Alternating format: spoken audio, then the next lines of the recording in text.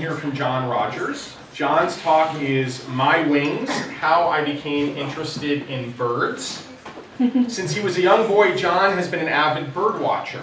He's excited to explore the biological sciences at Stanford and continue meeting his fellow classmates in Roble and beyond. John Rodgers.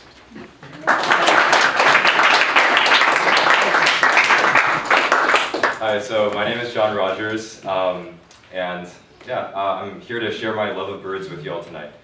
So I'm from Pasadena, California, which is near Los Angeles, but my love of birds originated in the Monterey Bay area when I went to visit my grandparents. My grandparents are also, they were also avid bird watchers, and they had shelves and shelves of field guides just like this one. And I was starting at age 5 or so, I just loved pouring through just seeing the hundreds of species of birds, each with different characteristics and qualities, and that just, I guess the diversity of bird species made me want to learn about them more. And my grandparents encouraged this. I remember one time I was standing in their backyard and I was watching their hummingbird feeders, and all of a sudden this much larger bird, a flash of orange and black, a very striking bird, just flew in and landed on the hummingbird feeder and started drinking the nectar.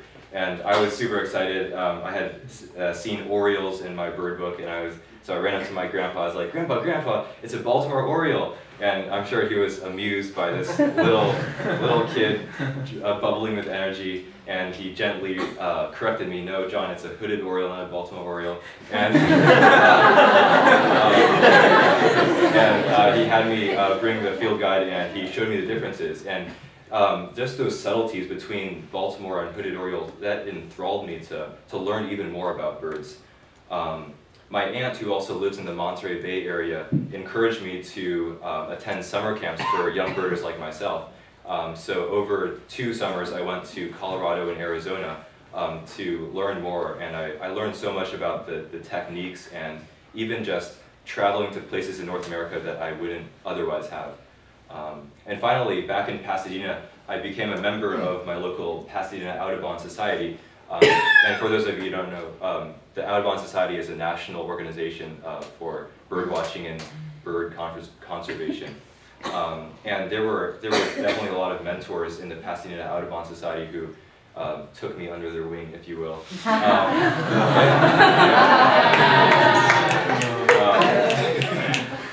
But they showed me the best places locally to birdwatch, and through all these people, from my grandparents to these people in the Pasadena Audubon Society, they taught me the techniques of how to go about identifying a bird. Like, you see a bird, you look at its colors, but you look at its shape as well, and the body proportions, like tail versus head versus body, the patterns that it has, its behavior, and even its call.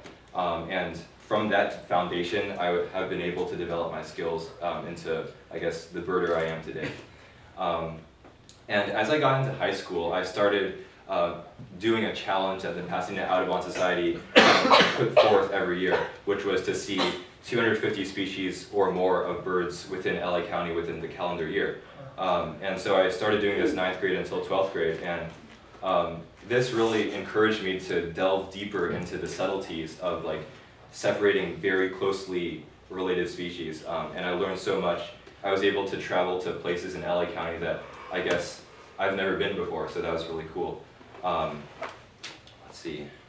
And this past year, one of my priorities this past summer was to see all 250 species of birds before I got to Stanford, because after school started, I wouldn't be able to go to LA County as much and complete my goal.